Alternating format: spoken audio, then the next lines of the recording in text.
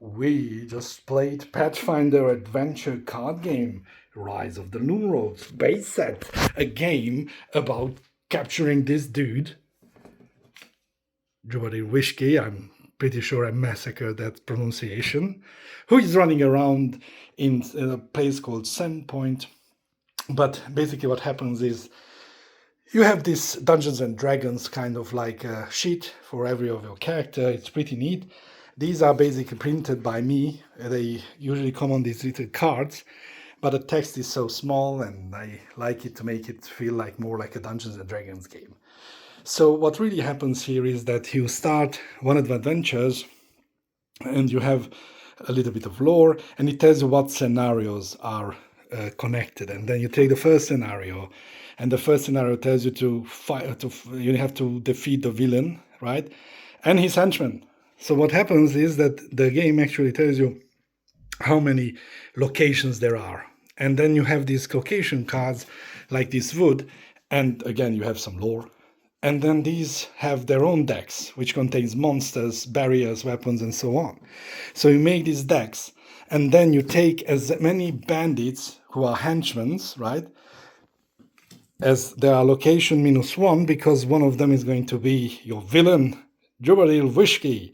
And then you shuffle these cards together, and then each deck gets one of these random cards. So basically you're going to have, in this case, 6 locations with bandits and 1 location with Wishki. And you have to find him. And I think this is really, really fun. Because how the game goes is that every player has a turn in which they can do various things. But one of them is, for example, you have your deck, right? It tells you your deck. And in your deck acts as your health, right? So when you cannot draw from your deck, you're dead. And that's it for you. And it has this very smart thing because you can discard cards, you can recharge cards, which basically you put them back under your deck, you can banish cards back to the box, or you can bury cards which are not available for the scenario anymore. And all these cards, there are so many cards and so many effects, but once you get into it, you get the gist. So what you do in your turn, for example, you go to a location, I'm in the woods, and I can give a card to another player, I can move around, and then I can explore, and I take the top card and I have to solve it. If it's a monster like this dude, you usually have to read all this text, which at some point you're going to learn and don't have to read anymore, but this wants me to do a combat check of 13. So what I do is I have to check my hand. If I don't have a weapon, I have to fight with my strength, which is a d4, right? And if it would have a melee effect or whatever, I can add dices to that.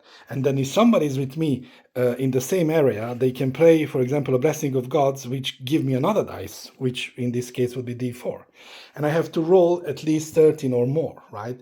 But for example, if I have, like, say, a mace, I can, for your combat check, it says I can reveal this card, and then I can use my strength or melee, and then it gives me 1d8. So the more you combo together, the bigger your dice pool is going to be, and you roll them and you kill that monster. And then we draw, and this is a barrier, which is a collapsed ceiling, and you have to do a test of dexterity, acrobatics, constitution, fortitude, and so on and so forth. And you draw again, and oh, another boss, whatever, and this is the henchman. But for example, sometimes you find potions, and you have to check to acquire them, and then you roll intelligence. So yeah, it's really a complex game when it comes to keywords, but it's really exciting because you not only that you have to make sure your deck is not running out because you die, but there's also like a 30 card counter, which are mostly blessings. All of them are blessings, and if this runs out, you also lose, right?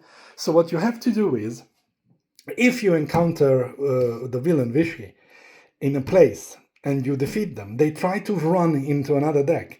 But what you can do is, if you are in a location, right, you can temporarily close that location. You can also close the location permanently if you defeat the henchman and you do a check.